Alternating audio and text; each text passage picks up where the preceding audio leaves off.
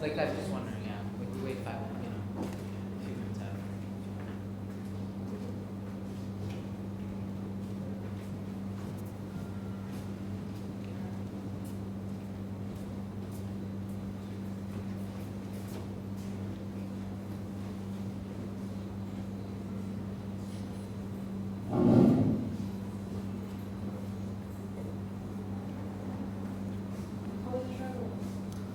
It was pretty smooth.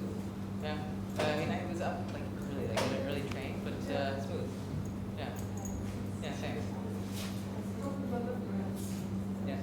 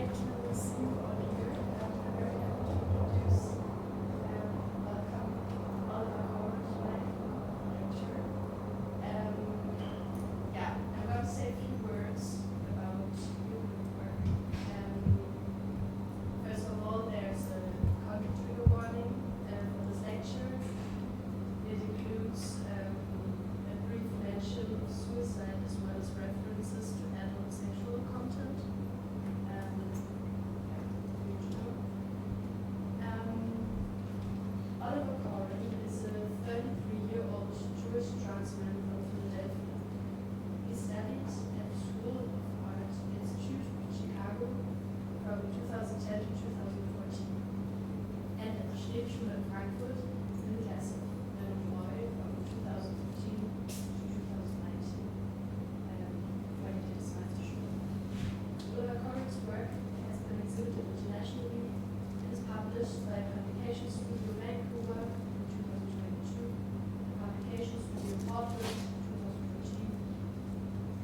2022, he was awarded the Kunsthochschule Mainz for recent graduates at the nomination of the Lupo. And in 2009, the Kunsthochschule Frankfurt stipendium at the nomination of Museum Director. In Chicago, he co-founded and co-directed Night Club with 17 co-curated exhibitions included contemporary art libraries 2024, second annual publication Closed Space.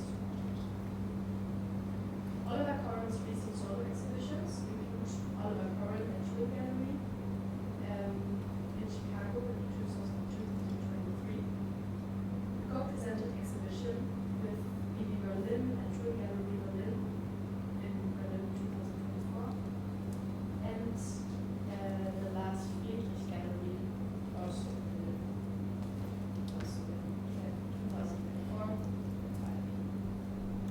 Oliver Coran lives and works in Berlin. Yeah, I'm very happy. The lectures will be about 70 minutes. Yeah, there will be time for questions in the end. Thank you. Hi, everyone. I would like to thank Nancy Lupo for inviting me to work with her class this week, and as well to Nikolas Gambaroff for extending the invitation to give this lecture tonight. I'm really happy to be here. When I began preparing this lecture a few months ago, I knew that I wanted to talk about strip clubs, as they related to my own work of the last 15 years, not only in the content of the work, within the images themselves, but also the strip club as both a social and solitary space for discovering my own self as a young person and artist while living in Chicago between 2010 and 2015, as well as in the years following when I moved to Frankfurt to study at the Kunsthochschule. I want to begin by looking at two portraits of young men. Both are works of mine, and both are deeply connected and relate to my time living and studying in Chicago, and the social scene that I inhabited in the mid-2010s, which was, in large part, presided over by a handful of AIDS generation artists who acted as mentors and catalysts. In recent years, I've worked with painter, friend, and mentor Elijah Berger to interrogate and understand these intersecting archives. Berger taught at SAIC when I was an undergraduate. 12 years span these two works. The image on the left is a 35 millimeter photo taken in Chicago in 2013 of a dancer flexing in his Calvin Klein briefs in the back room of the Lucky Horseshoe Lounge at 3169 North Halsted Street in Chicago. He's smiling a little bit, and he has a kind of barbed wire tattoo wrapping around his left bicep.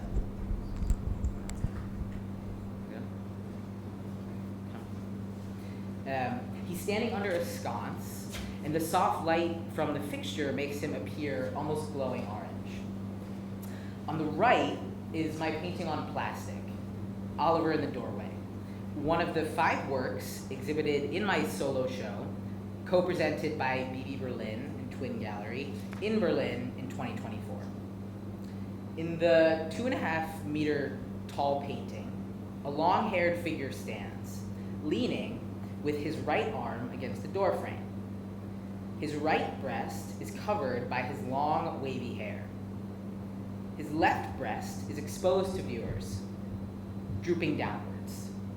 He stands with his legs wider than hip width apart. He's nearly nude, except for his jumper, which hangs off his left wrist, whose same hand holds a blank piece of paper covering his crotch. Oliver in the Doorway hangs in a corner of the exhibition space, which doubles as my studio in Berlin. The show includes 4 large-scale paintings on plastic, each stretching floor to ceiling and installed where they fit out of necessity.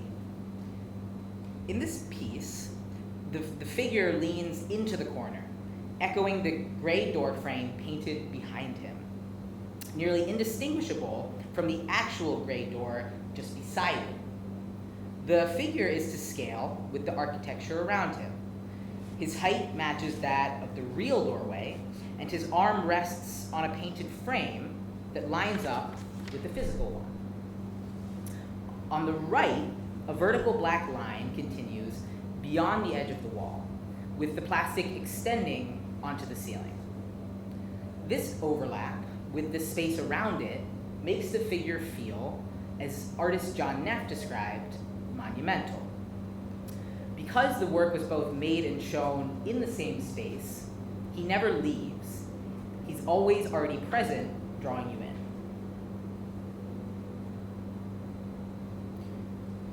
Oliver in the Doorway is a painting of a photograph the late Kevin Killian took of me in 2014 as part of his Tagged project, in which he photographed individual artists and poets, mostly male, naked, their junk covered often by a squarish drawing, almost a caricature, of a cock and balls by Raymond Pettibone.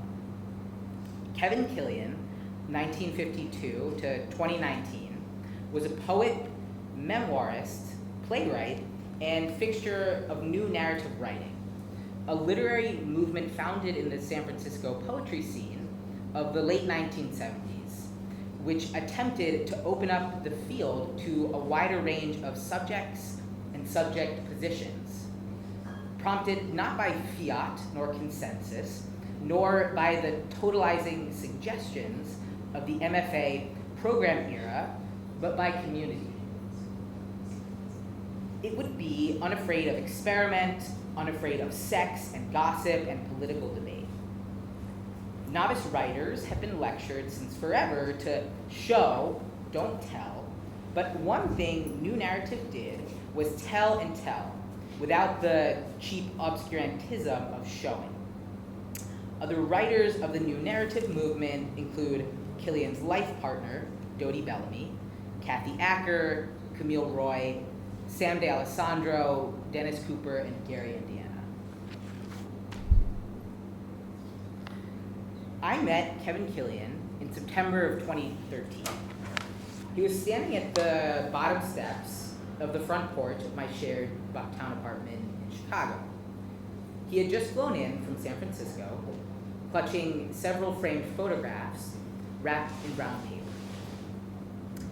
His voice and silver hair were softer than I expected, comforting. I was introduced to Kevin's work, Spread Eagle, Impossible Princess, and the Tagged series by my roommate, best friend, and business partner, Matthew J.S. We met at the School of the Art Institute, working as resident advisors, and we had just opened a gallery together called Nightclub, which also doubled as my bedroom. Nightclub ran from 2013 to 2016, first in our apartment, then in an Avondale storefront. In 2015, I moved to Frankfurt to study with Willem de Roy at the Kunsthochschule, and Matthew took over as the sole director.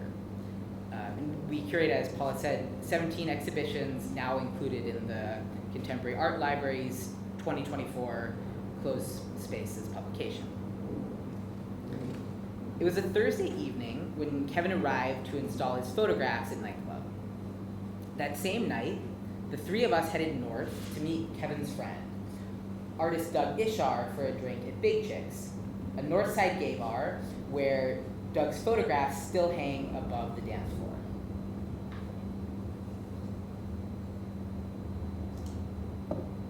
To Matthew and me, like Kevin, Doug was iconic. I had seen Doug's solo show, Sleepless, at Golden Gallery in New York 1 year earlier in 2012, during an SAIC study trip where I also had the chance to hear Doug speak about his work in the gallery. To this day, Sleepless, which revisited his works from the mid-1990s, focused on gay male desire and the devastation of the AIDS epidemic, remains one of the most important shows I have ever seen. Golden Gallery was founded by Jacob Meehan in Chicago in 2010. In the following years, as we established Nightclub, Matthew and I shared a dialogue with Jacob, as well as Sam and Miguel of Queer Thoughts, which opened in 2012 in Chicago, later establishing a New York space. Our first nightclub show, Secret Lives, featured work by Edie Fake and Kevin Killian.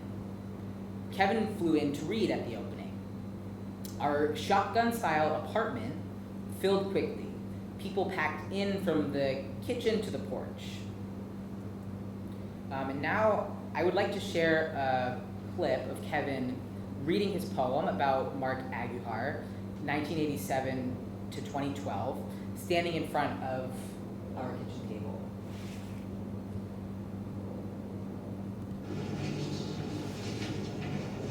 And this one I wrote in memory of Chicago-based artist Mark Aguilar. And when I was young, there was a famous novel, Love Story.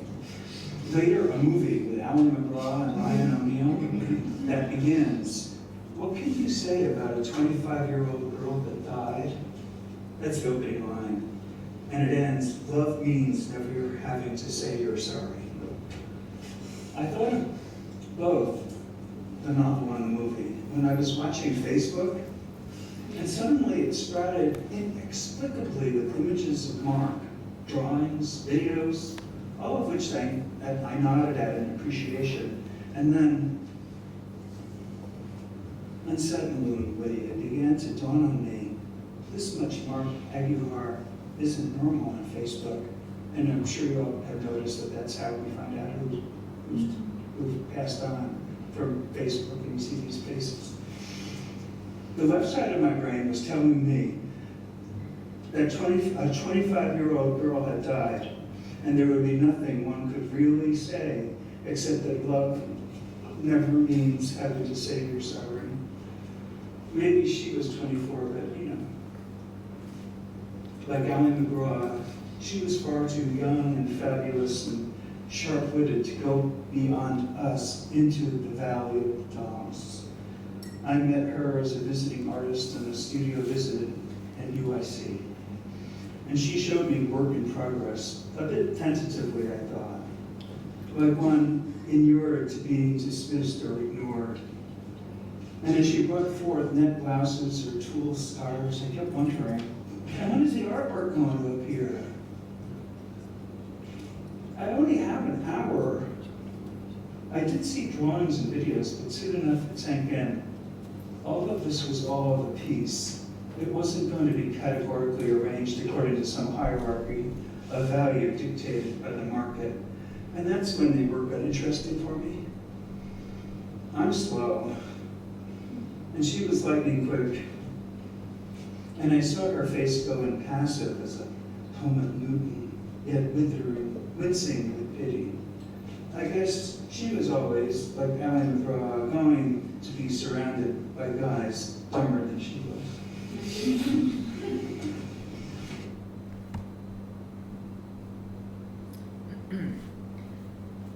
I am interested in thinking about the same kitchen table, the gray Formica 1 Kevin stands in front of as he reads about Mark Aguilar, as another catalyst for my own work. About 400 drawings on paper, mostly A4, some A3, and many smaller, the bulk of which I produced sitting and standing at our kitchen table between 2013 and 2015. The drawings are mostly oil, ink, and graphite on paper. They are me, Matthew, other close friends, strippers, and go-go boys in real and imagined strip clubs and other similarly low-light situations. They were made both for my own photo references as well as with the figures, mostly Matthew, sitting in front of me at the kitchen table for short and medium periods of time, during shared everyday moments, gatherings with friends, after breakups, during business meetings, etc. And Matthew J.S. calls these works the kitchen table drawings.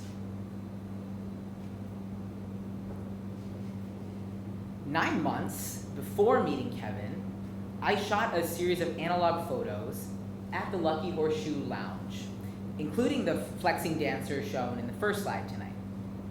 These photographs laid the foundation for the kitchen table drawings and much of my work over the next 13 years.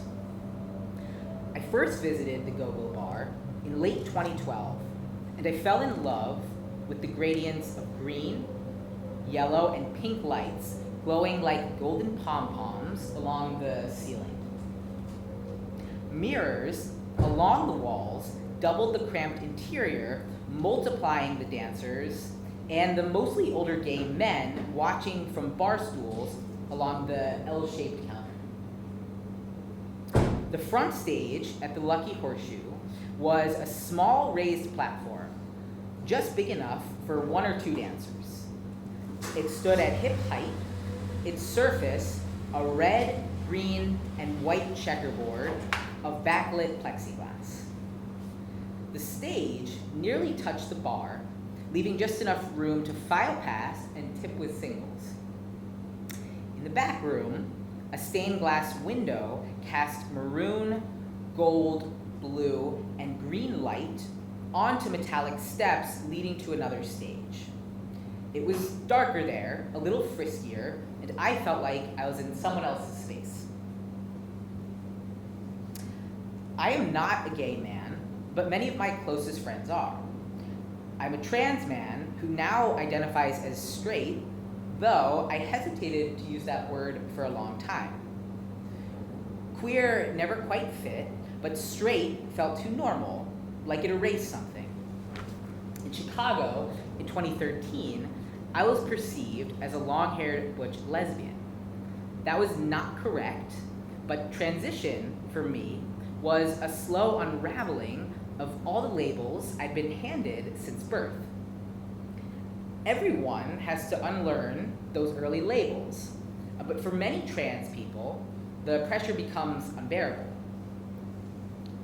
We come out, change our names, transition, but none of those things are required to be trans, and no path makes a transition more real or complete. 12 years after taking those photographs at the Lucky Horseshoe, I see that my gaze then was shaped by longing for my future form. Being around those men helped me to see myself before I had the language. That bar, with its 1970s time warp feel, became a favorite place to meet friends, catch up, celebrate, or commiserate. And when I took the photos, I always tipped well and asked permission. This is Justin. Justin was my favorite dancer in the photograph. He told me he was a model, and he posed easily with confidence. I shot these photos just after the club opened, around 6 p.m., when it was still mostly empty. I remember the feeling. It was a rush. I felt like I won the lottery, like it was just him and I, alone together in the club. In a way, it was, just him and me, sunlight mixing with neon through the Venetian blinds. He was leaning in the window, elbows resting on the ledge, the light catching him just right. When I got the film back, these photos of Justin were the images that stayed with me. The softness of the light, how close it came to what it felt like to be there.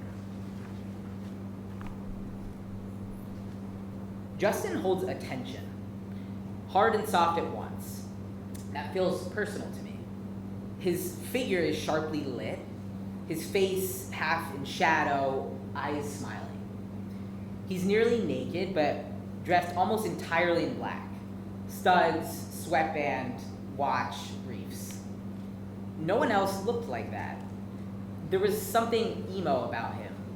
Quiet, deliberate, set apart from the other performers in their bright, flashy outfits. I saw myself in Justin. I don't mean his physique, I mean his essence. I loved his haircut. Justin told me he was straight.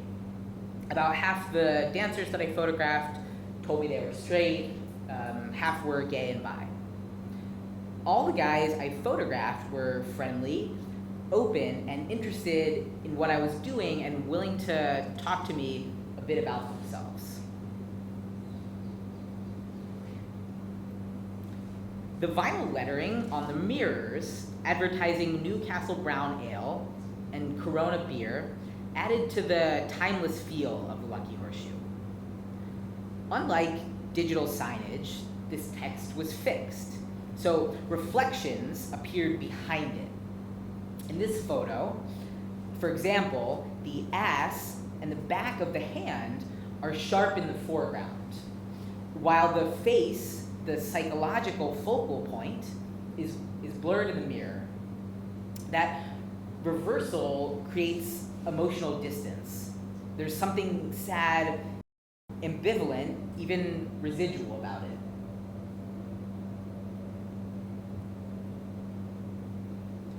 I wonder if I returned to the Lucky Horseshoe Lounge now, in 2025, would the vibe feel the same? I doubt it. Maybe anyone could say that about a place in the past, but something about the mid-2010s there felt singular. Of course, spaces shift with time, but I think it was also about the people in the room. In the background of the photos, the patrons are often smiling. Before I took these photos, I was nervous, worried that the dancers or patrons might be angry, that some might be closeted and uncomfortable being near a camera, even at the margins. But that wasn't the case. Many of the patrons, older men in their 50s, 60s, and 70s, had lived through the AIDS epidemic. Like Kevin, Richard, and Doug, they were out. There's something moving about how they interacted with the younger dancers, with admiration, gentleness. I think it had to do with living through loss. And maybe, too, it had to do with who I was then, at least in the moment of taking the photos, when I was fully present with myself. My earliest childhood drawings were private and diaristic. Shirtless boys etched with scars, their broken limbs bound in casts. Many of them resembled sad skater boys. Drawing became a way to process the intensity of the rage and pain I carried as a young person, one of 4 children in a family where we were all assigned a female at birth. Those scarred skater boys were me. Justin was me. We existed in a world that saw me failing to be something I never was. That feeling stayed with me, even after I cut my hair short and had top surgery in 2017. And it wasn't until I began hormone replacement therapy 4.5 years ago that something truly shifted. In spring 2013, after developing the Lucky Horseshoe film, I had small prints made at Costco. I laid them out on my kitchen table. I just started a sketchbook and began drawing from the photos. I had a small shared studio at SAIC, part of the undergraduate advanced painting program. I was studying with Dana DiGiulio and Molly Zuckerman-Hartung, and also members of the older generation of Chicago imagists, like Barbara Rossi and Philip Hansen, through whom Ray Yoshida's influence was still palpable. School felt crowded and self-conscious. At home, I could focus. Drawing there grounded me. It was a place I returned to often, where my emotions were sharpest. Most of the kitchen table drawings took 3 to 6 minutes. The figures, usually alone, sometimes in pairs, were based on the same photos, redrawn again and again. I thought about the club's darkness, the glow of the lighting. I painted backgrounds in dark to light gradients, blues, reds, maroons, oranges, hugging the figures, which I left unshaded. In the drawing on the left, the brushstrokes, the way the darkened background begins to overtake the figure himself, blurring his edges, signal that he's dancing. He looks down towards his jockstrap, hands resting at his hips, swaying. The figure in the drawing on the right echoes that gesture with his head, this time through the partial erasure of graphite. In the drawing workshop I'm teaching this week with Nancy Lupo's class, one of the themes I'm working with is memory. The workshop was originally meant to take place in the nearby Moulin Rouge strip club. I first visited the Moulin Rouge 10 years ago, in 2015. At the time, my friend Dave invited me to his jazz concert at a venue here in Mainz, so I traveled from Frankfurt.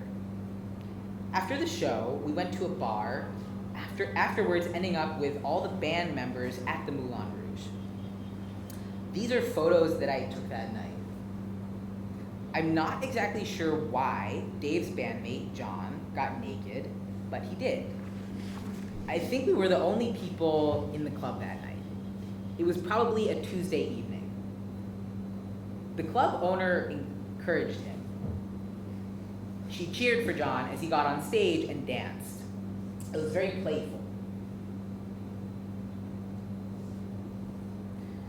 When I first began preparing this lecture and thinking about what I wanted to share with Nancy's class, I kept coming back to this one evening in Mainz and these photos of John. This is my first time returning to Mainz since then. In a quiet, persistent way, John's image has echoed through much of my work over the past 10 years. I made a stencil from one of the photos, cutting out the shape of his penis so that a diamond shape appears between his legs. In doing so, he also becomes trans. John becomes me. The stencil of John appears as a spectator within my paintings, watching from the background. This work is from my 2024 solo exhibition at Lars Friedrich Gallery in Berlin. It's untitled, 140 by 290 centimeters, made with acrylic, oil, wax, ink, vinyl transfer, tape, and plastic on fabric. It was made in 2021.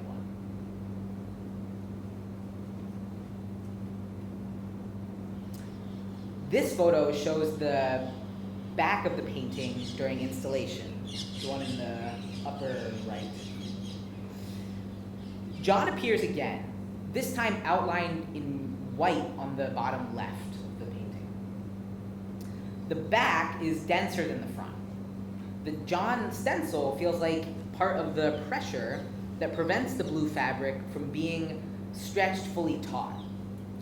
It's as if that pressure creates one of the most important aspects of the work, the wrinkles on the front, especially those across the plastic sheets with figure drawings on the upper left corner of the painting. Looking closer, that figure is a more detailed copy of the John, with a similar diamond-shaped bush and scars through his nipples.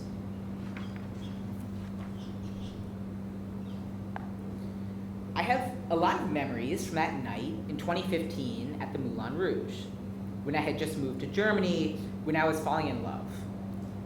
Returning to this drawing workshop, I find myself thinking about memory, not just over the years, but moment to moment. How do we remember her dancing? What stays with us after she finishes? These drawings weren't made live, but guided by the recent memory of watching him. I was drawing while holding the feeling of him in front of me, the way his presence lingered. The sweeping brushstrokes across his figure carry that feeling from the Lucky Horseshoe across time and surface. Due to the club owner's illness, we're unable to draw inside the Moulin Rouge. But thanks to Stormy Heather, a burlesque performer and founder of the Mainzer Burlesque Festival, we'll be drawing in the Dorette Bar, itself a former strip club. There's another mirror at play here, one space reflecting another, and perhaps reflecting us too.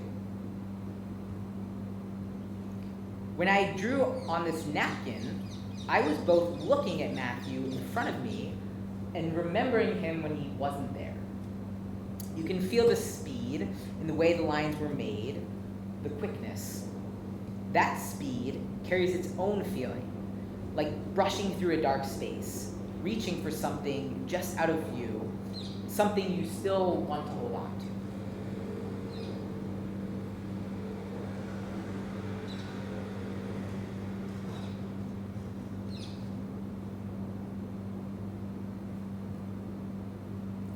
I gave the drawing on the left to Kevin after he visited my studio at SAIC in 2014.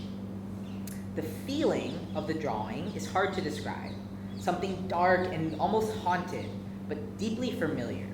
Maybe because only a few drawings were made with that deep black and blue ink on black paper.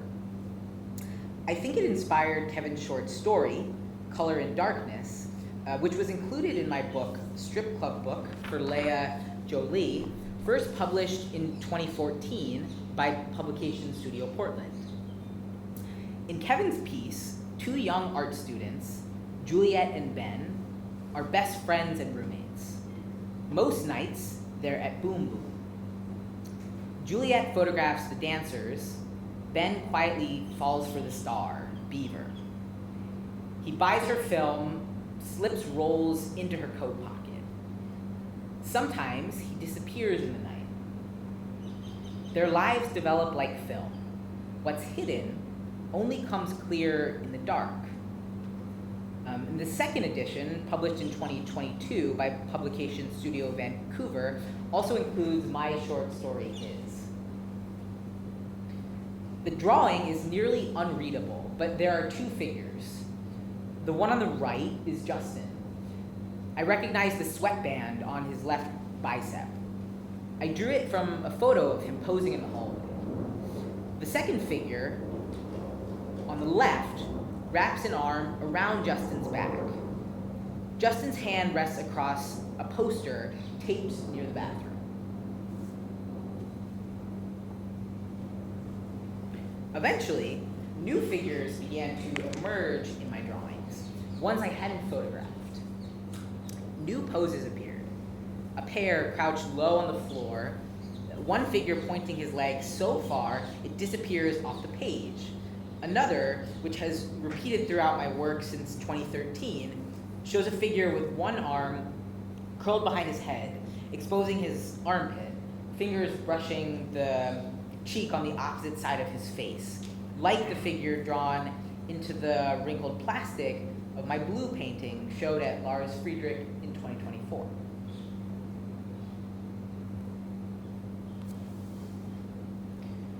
Before long, Matthew entered the strip clubs in my drawings. Or maybe he'd always been there, just as the figures had always been versions of me. Then I became a figure in the strip club too.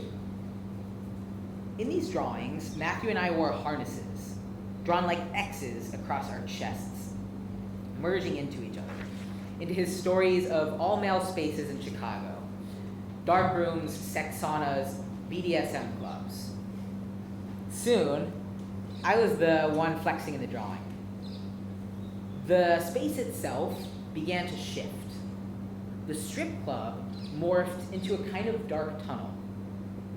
There were still stages and platforms, windows and doors, and almost always a figure in a jockstrap.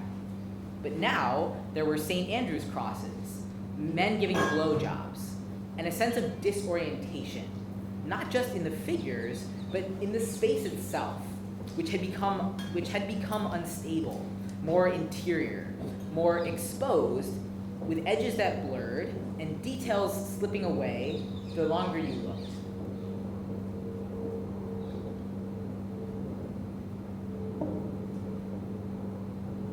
The drawings were mostly done in notebooks and torn out once they were fully dry, like a final step. The edges are significant. You can still see where the paper was once bound.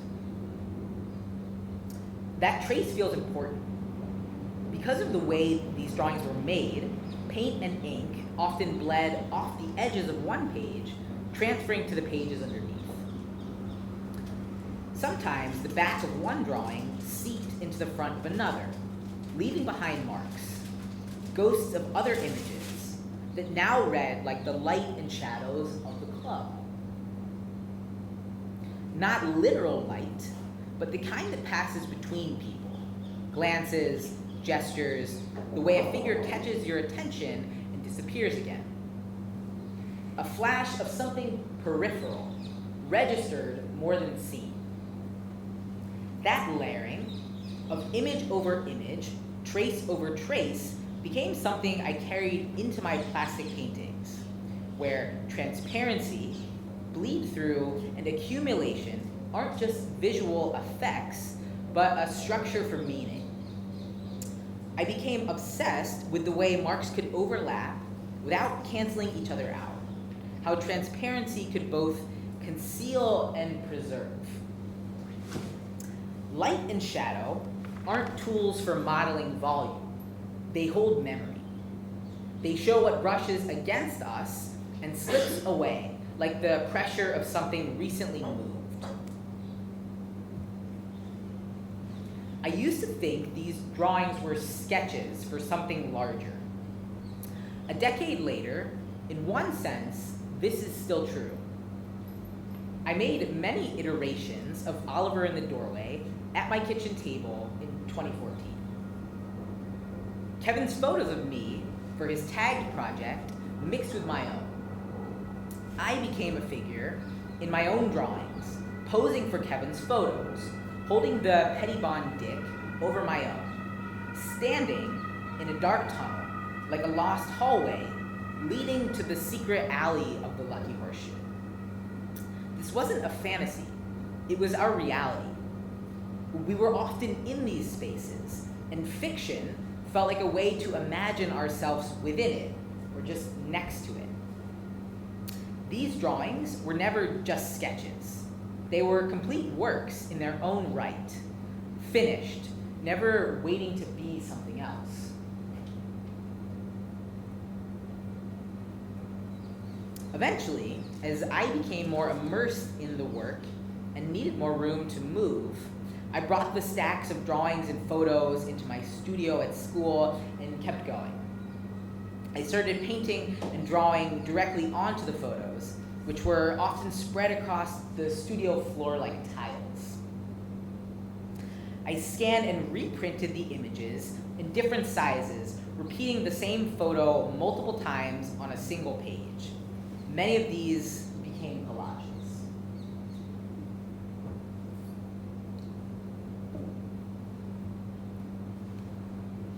In April 2014, I met Richard Hawkins during his visit with students at the School of the Art Institute of Chicago. We became friends, and he remained a supportive, critical voice in my studio over the years. Although we discussed collaborating several times, it never materialized. Still, I modeled for Richard, and he commissioned a series of portraits taken by me. At the time we met, Richard was especially drawn to my Lucky Horseshoe photos and my kitchen table drawings, particularly the ones of Matthew.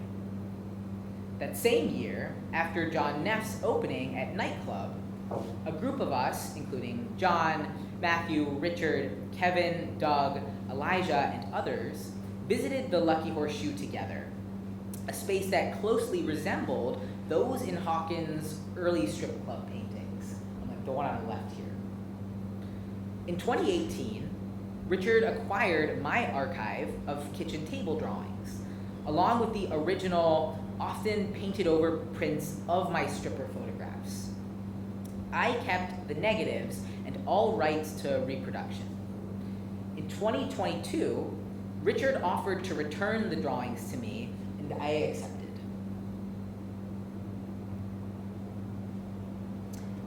At the risk of creating a binary for this lecture, if the first part is masculine, then the second is feminine. I wish I had a better word for desire. I've spent much of this evening discussing the go-go boys and the gay male spaces that I frequented. But during the same years, between 2013 and 2015, I also visited strip clubs that featured feminine performers. And in fact, I spent much more time in these spaces.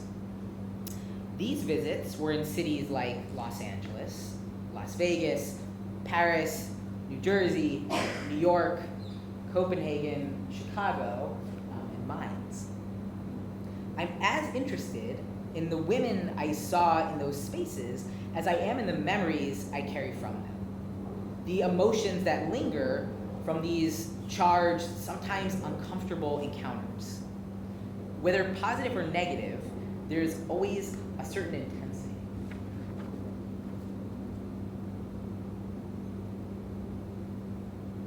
Since 2015, I have painted on large plastic sheets that resemble window films, working on both sides of the plastic on my studio floor. Smaller paintings on canvas are often placed on top of these large plastic sheets, and the marks from one painting transfer and bleed into the other. Between 2015 and 2022, the plastic paintings were largely abstract, created with rollers and scrapers, building up and removing the layers on the plastic. In 2022, when my archive of kitchen table drawings was returned to me, I studied the work closely. It felt far from coincidental to have this archive back in my studio.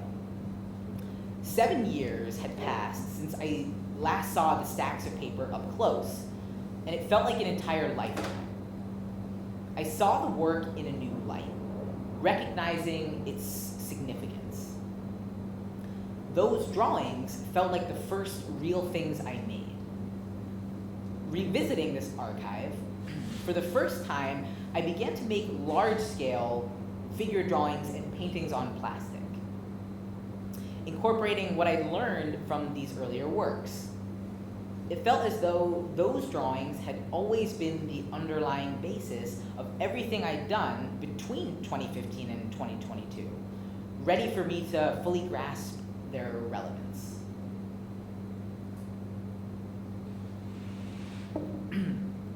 I think it's worth noting that my first large-scale figure paintings on plastic, shown in my 2024 co-presented solo exhibition with BB Berlin and Twin Gallery, including Oliver in the doorway, were a kind of transition in and of themselves. When reflecting on Oliver in the doorway, and this painting, untitled 185 by 250 centimeters, acrylic on plastic, made in 2024, and all the paintings in this exhibition, I've referred to them as self-portraits. This untitled work is, in a way, two figures which are both me, the larger figures in the painting. The tiny figures in the book are very clearly not me. These are the kind of strippers, the ladies, which I'm interested in painting now, but there was a moment where I was using my own figure, my own self as a model for these paintings, because I didn't have any models in my immediate surroundings, or I was struggling to find figures to paint. This was about a year and a half ago, nearly 2 years at this point. I've spoken about this with others, and for some people, it's confusing. The difference between the kind of large figure that's kissing the thigh of the other figure in this untitled painting and the tiny girls in the book. But to me, it's really clear, and I think it's interesting to point out the moment where my own self becomes kind of blurred. Things become androgynous, essentially. There maybe aren't labels, even though I'm giving them now in the way that I began my lecture this evening, and in the way that I've talked about Oliver in the doorway as a portrait of a young man. It's also interesting to me that language becomes very clear when we want it to be. Often, when I'm painting or when I'm making work, things are beyond language, or they just exist, or they are just done. The words come after, when the paintings are finished. And it's important to note that these ideas of androgyny, or things being unlabeled, are about works of art. They're about paintings, and that is separate from who I am in life and who I am socially and publicly.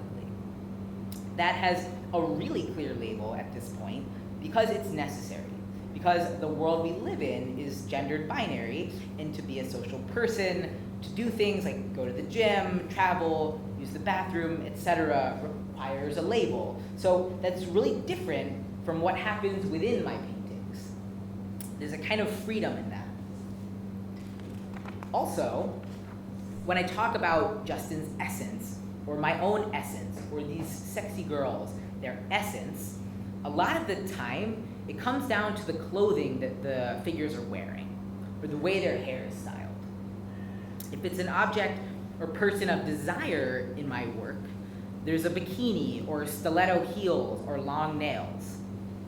Also, with this untitled painting, coming back to the idea of androgyny, the figure who's sitting in the chair, holding the book, that would be me. There's hair on the legs, and it's really clearly a masculine figure. At least that's what I see and what I've been told by others. That was my intention with the painting. But it's also in a way me that is the figure with the long hair, kissing the thigh of the figure sitting in the chair. Me from 10 years ago, not me now. I made this painting from a photograph I took of me and my ex-girlfriend, but the original photograph doesn't have the book. Making this painting was a way of rewriting those memories, or making them bearable, or finding a way to look at them again now. Since making this painting, a year later, I can't remember which figure in the photo was me to begin with.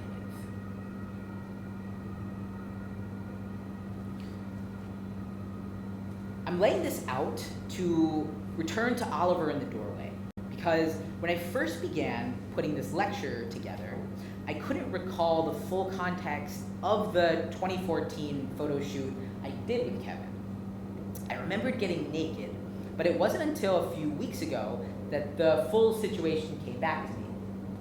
Kevin's idea, the point of it. He had photographed me as a stripper, like the figures in my own work. Now, I might say go-go boy, but stripper, go-go boy, they're interchangeable. I remember he had $1 and $5 bills that he spread across Matthew's bed where I posed. He had me tuck some into my underwear. I remember feeling uncomfortable, not with the concept, but with the awkwardness of being a naked, observed figure.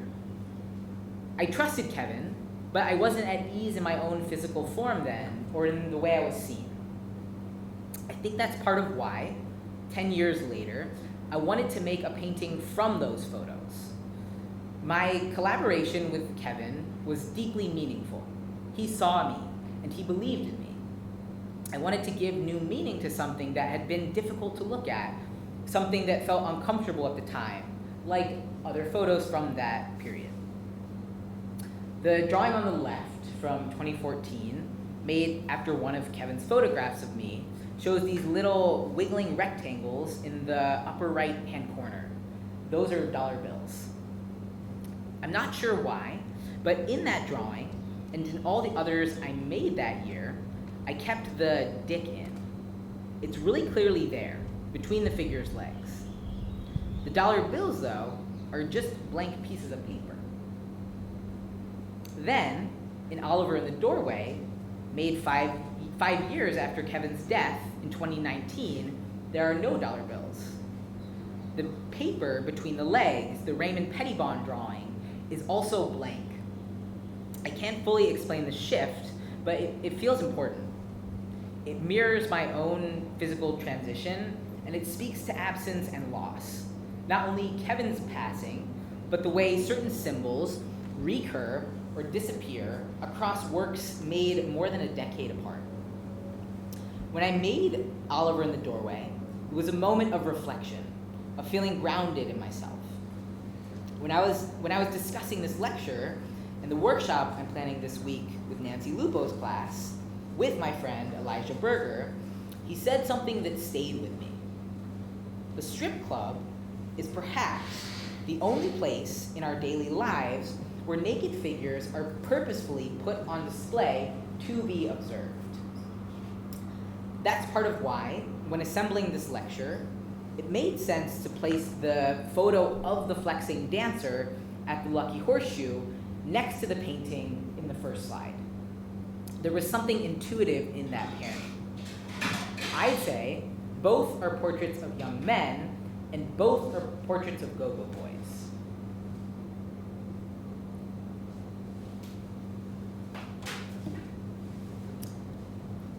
In my solo show at Lars Friedrich in November 2024, just 2 months after the twin BB Berlin exhibition, there's one work that stands out to me as the most important. I made it in summer of 2023, after I finally began looking through my Chicago archive. Richard had returned the boxes a year earlier, but I left them untouched on my shelf, as if I was gathering the energy, already aware of their charge. He told me he was sending them back in an effort to get over Matthew. This drawing, charcoal, 250 by 150 centimeters, predates the figure paintings on plastic and the small canvas work that later formed the twin BB Berlin exhibition, the ones I referred to as self-portraits. I made it quickly, then hid it. It felt too direct, too exposed. There was a kind of humor in it that unsettled me. The smaller figure, a man, is perfectly positioned so his head nestles into the chest of the much taller feminine figure. Her heel rests on the lip of a stage to the right, exaggerating their height difference. There's a sense of realness, absurdity, and imbalance. I rolled the drawing up and shoved it to the back of my studio storage, but even unseen, it shaped everything that came after.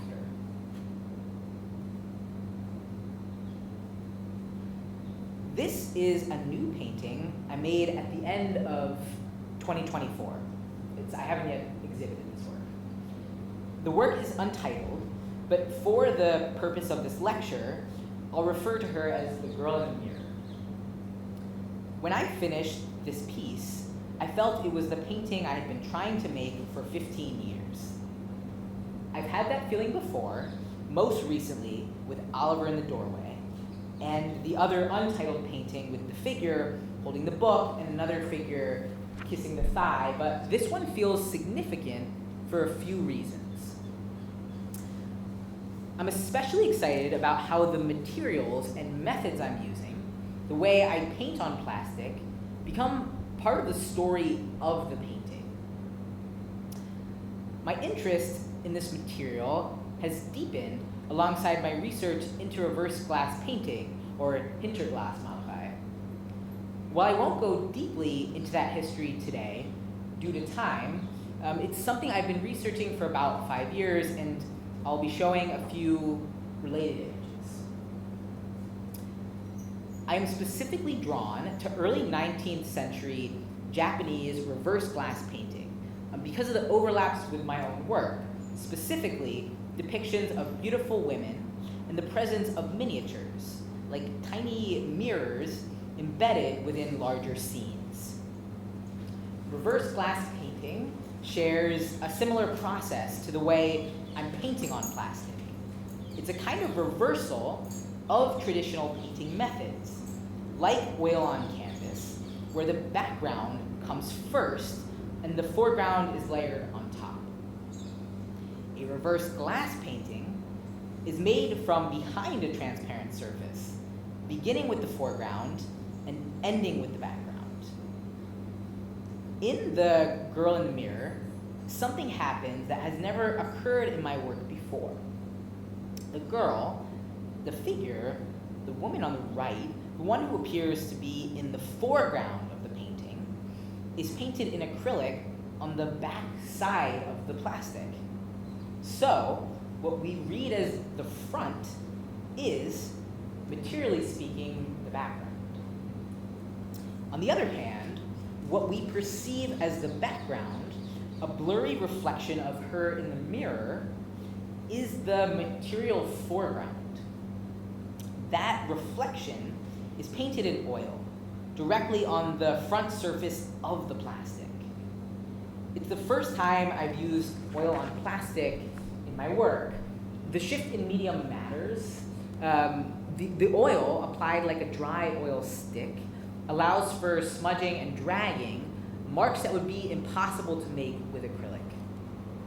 Another thing oil makes possible is printing. If you look at the lower center of the mirror, you'll see handprints and fingerprints. What excites me is how the process of making this painting, scraping with a blade and smudging with my hands, becomes part of the story of the girl in the mirror. Those marks aren't just traces. They are the dirt on the mirror and the substance of the image. There's also a subtle but significant shift in scale. If those are my handprints, they're noticeably smaller than the hand of the figure leaning on the edge of the mirror. That difference throws off the spatial logic of the painting. It's a play between reflection and presence, proximity and distance, and ultimately a disorientation of what's real within the frame. The mirror is both a prop and a portal. In the strip club, mirrors multiply the figure, stretch her across angles no one asked for. You see her back and her front at once. You see yourself watching. This is what I mean when I say I'm interested in disorientation, not as a theme, but as a condition. The painting doesn't resolve into one space, one perspective, or one relationship. Instead, it loops, like the soundtrack in the club, like a glance caught in a mirror and held too long. I want to take a look at an example of reverse glass painting. This is anonymous shop sign for komatsu with reverse glass painted panels from the collection of the Hamamatsu Municipal Museum of Art in Japan. In 19th century Japan, reverse glass was used for shop signs because painting from the back protected against the image fading, instead remaining vibrant. At the center of the image is a bottle, possibly for liquor or perfume, painted in such a way that the wood of the panel shows through. What draws me in is the label on the bottle, which is itself a reverse glass panel. On this label, a woman stands in front of a vanity, painted within the edge of the bottle. What fascinates me is the image within the image. Within that label, there's another scene, a miniature painting that seems to depict the same bottle again. On the miniature label, a figure that appears as the same woman, or a very similar one, is dressed in similar shades of blue and red. On the lid of the larger painted bottle, the one in the main image, a cat is perched. That's another reverse glass panel. That detail anchors the scene, but it also throws us off because we start to question the scale and the layering of the whole thing. There's also a literal mirror depicted on the vanity inside the painted label. But for me, the label itself becomes the more compelling mirror, reflecting and repeating the main image, but in a way that distorts rather than clarifies. I'm fascinated by this effect, how the image folds in on itself, creating a strange, unstable space where flatness and depth blur. And what I keep returning to within my own work is the idea of the work being iconic, one figure. I think that desire is partly emotional and partly psychological. It's about holding focus, concentrating everything into a single form. The mirror becomes a tool not just for reflection, but for complication, a way to multiply, echo, or fracture the figure without breaking the singularity of the image. Japanese reverse glass painting originated in Nagasaki, dating back to 1663. Nagasaki was a hub of import and trade, as well as a manufacturing center where many artists worked across media, including porcelain and woodblock printing. By the early 19th century, the practice had shifted to two centers in central Japan, what we now know as Tokyo and Osaka. Many of the reverse glass paintings produced in these cities show strong connections to the Japanese woodblock print tradition with similar compositions and types. And I want to take a look at a woodblock print here on the left by Utagawa Sadahide titled "A Yokohama Shop for Imported Goods" from the series Pictures of Merchandise for Sale at Yokohama, 1860.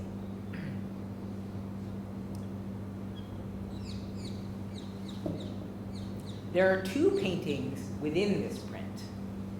In the upper right, there's an image of a red macaw in a traditional bird and flower design. It's clearly labeled in Japanese as reverse glass painting. The print likely functioned as an advertisement for imports from China, alongside other foreign goods available in Yokohama, such as the colorful copper plate engraving of a Western mother and child shown in an ornate Western-style frame within the same composition. Like the girl in the mirror, the material announces itself as an image within an image, a double. But it's also a kind of display strategy. This is a woodblock print depicting a promotional image for a reverse glass painting. The painting is both a decorative object and an invitation. Its surface meant to shine, to hold the viewer's eye. I think about this in relation to my own work, especially the use of transparent surfaces. Painting on plastic creates a similar effect, where the image floats, where the figure feels both present and just out of reach. The surface becomes part of the image, not just a support. It catches light and it introduces a delay, something that you have to look through. That kind of stratified looking is central to how I think about recognition, about interiority, and about how a painting can withhold even as it reveals. A doorway, a mirror, a reflection. In the end, I think a lot about the figure as memory. Sometimes it's Matthew. Sometimes it's Justin. Sometimes it's me. Sometimes it's all of us, blurred and layered together. What I see now, more clearly than I could then, is that the work was never just about representation. It was about being, about making a space over and over where these figures could exist. Painting has let me trace them until they changed, until they became me, until I could revisit what used to make me flinch or ache or disappear. The mirror is not neutral. It bends light. It doubles. It distorts. It returns something that is never quite whole. In August 2022, I was walking home from the post office where I had just picked up the parcel with my new passport inside. On the way back, I passed Angel's Strip Club, the same place I've walked by for years, down the street from my studio, and something in me said, take a picture. I set the self-timer and posed, holding two passports. The old one, punched through, and void, and the new one, correct, my updated name and male gender inside. I remember thinking, I need a picture of me and my angels. I'd made a drawing 2 years earlier, in 2020, soon after moving to Berlin. At the top, my old US passport defaced. Devil horns on the bald eagle. A middle finger drawn below. It's like they're very faint and green. Facial hair scribbled onto the photo. I just started testosterone. I was still using that ID. Drawing over it felt furious, necessary, a kind of revenge. Below it, a stripper in orange, her knee bent, foot on an invisible stage. Her expression is blunt, unsmiling. Across one side, sharp blocks of color, like a skirt she's just stripped off. And on her bent leg, near the ankle, an upside down horseshoe, like a symbol of luck turned sour, or protection reversed. At the time, I didn't fully see it, but that inverted horseshoe carried something back with it. A trace, maybe, of the Lucky Horseshoe Lounge in Chicago. She belongs to that lineage, not just of strippers, but of figures in their own right. She holds herself like some of the dancers I photographed back then, used to being looked at, but looking back harder. By the time I posed in front of angels, 7 years had passed since I came out. In 2025, it's 10. I was officially recognized, but that stamp does not define me. It never did. I see now the distinction between the work and myself is not so clear-cut. I wasn't posing for proof.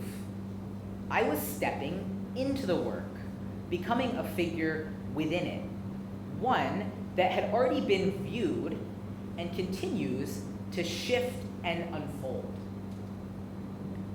I still question the very idea of validation, knowing that it comes from forces that don't fully grasp who I am or who any of us are. What I do continues to define me, not a fixed point, but something in constant flux. Thank you.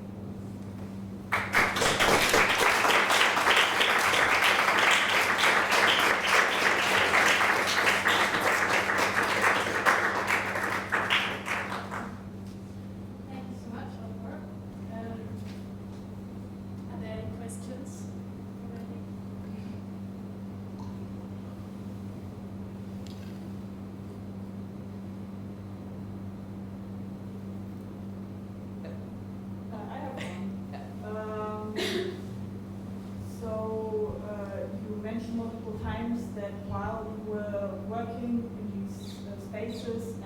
your relationship with body was like a subject for you, or like very important to you. You also like went through like physical transformation, or like when you look back at dates, it was like some of them are more like shortly after you coming out, and like now a lot of them are more recent. So my question is, would you say that you physically transitioning has affected your perception of body, or like how that has affected your work? That's a great question. I mean,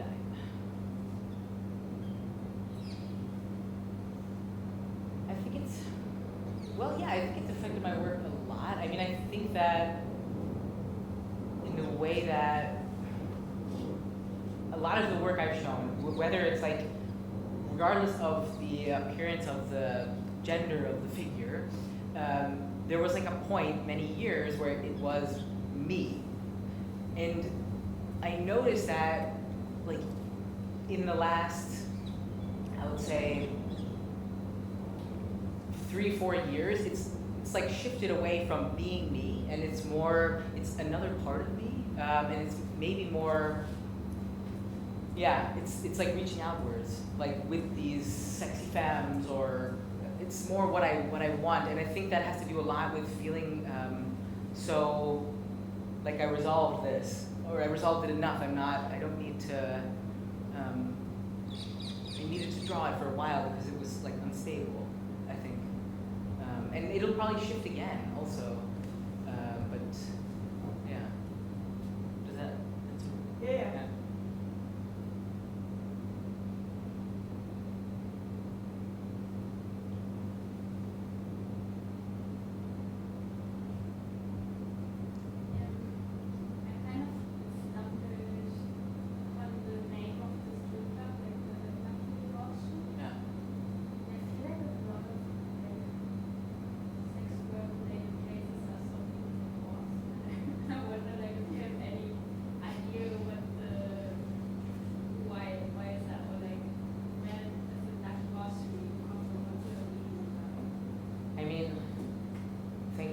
I mean, I think it's important to make a clear distinction that the Lucky Horseshoe, it wasn't like a place for sex work. It was really a place, sometimes in strip clubs that does happen, but it's like not an ideal, I would say.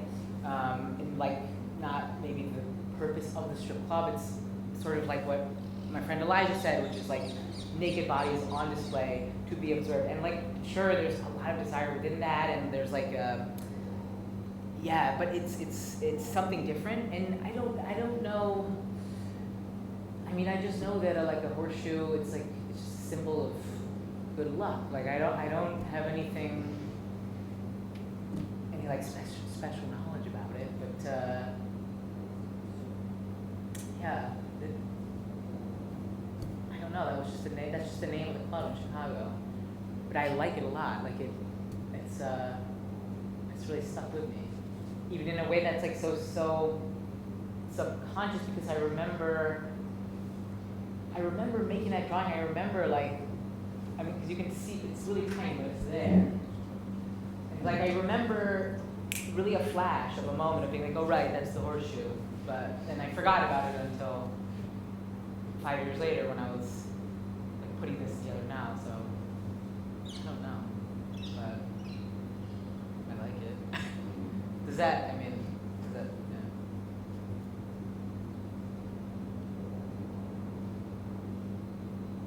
Maybe was like your tempo kind of changed painting on the plastic now in terms of like compared to the kitchen table drawings, or how did that maybe like the different material change the way of like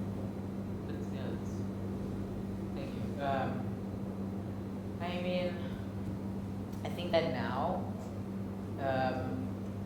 like there's a way that these really early kitchen table drawings, I was kind of not so aware. Like I just did them, and I didn't really, they just happened. And now obviously like it's there, I've done so much more work in between. I'm just more conscious, and I've like learned a lot. So there's like a kind of awareness that I feel like I'm often trying to undo, or like I sort of try to blind myself, or I would say that like the big, like the one that I showed with the figure kissing the thigh, like, or Oliver in the doorway, they happen pretty quickly. Like sometimes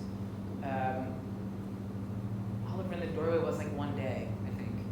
But it's more about now, I think like with the knowing and understanding, what I do is I walk away from the work. Like I have to stop and leave it, or actually what's part of why I really like the plastic is that I can erase in a way that I sort of can with paper.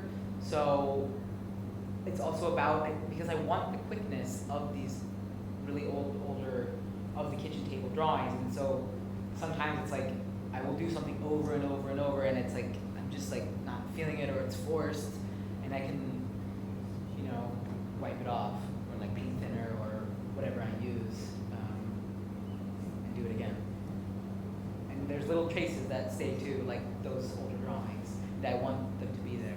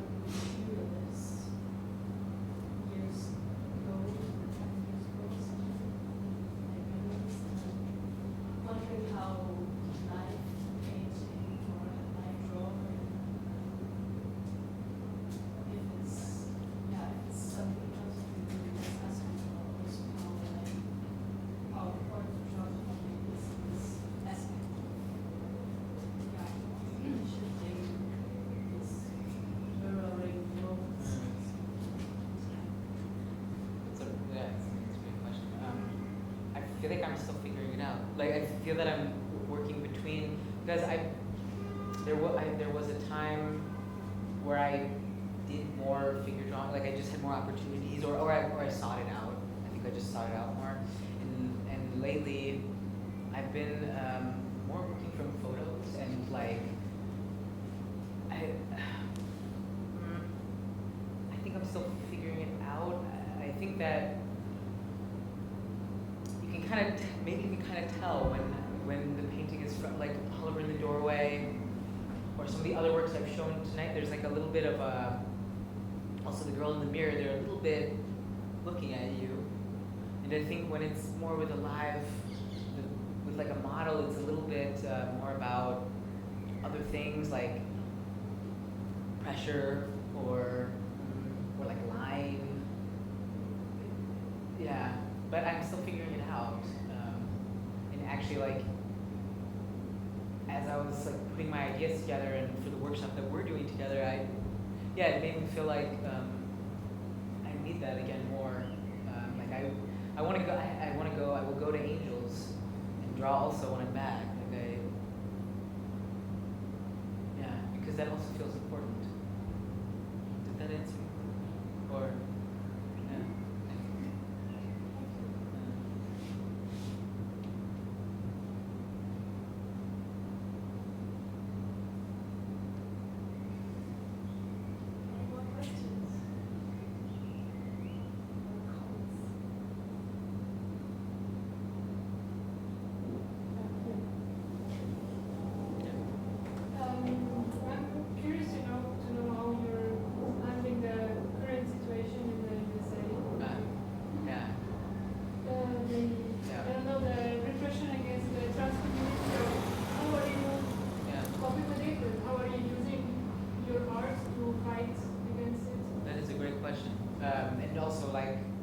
yeah. What I was thinking about a lot with this last slide, because I think really hard.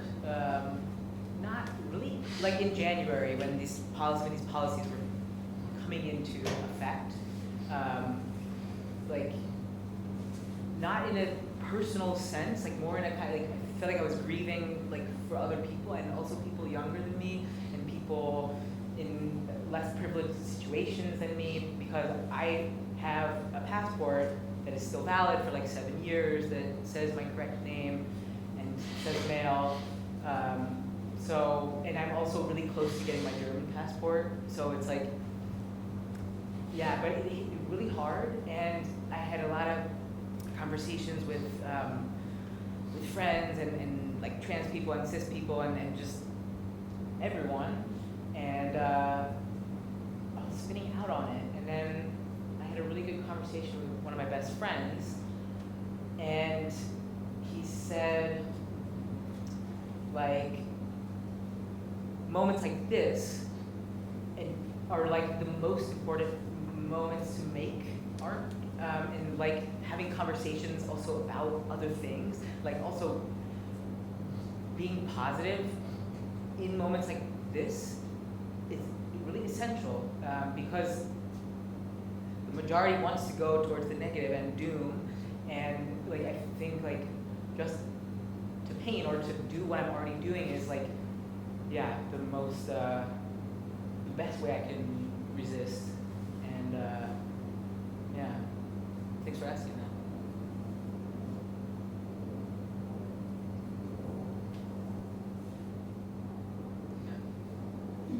Thank you very much for the lecture. What I really liked was the way when you drew and made sense of your drawings while time passes. And yeah, it feels somehow really honest in the way of working.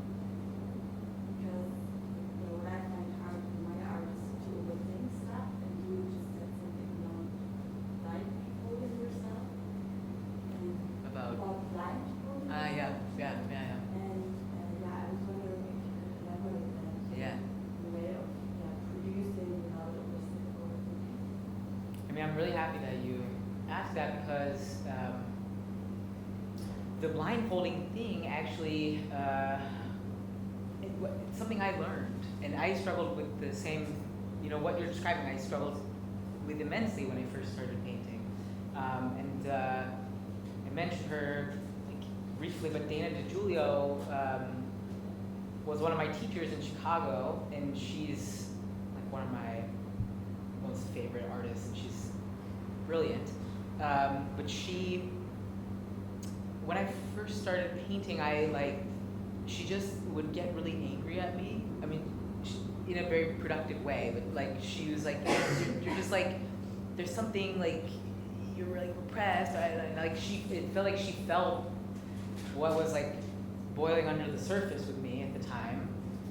It was like before I was like conscious of being trans, and like, but she's queer, like she just felt it, and she kept me after class,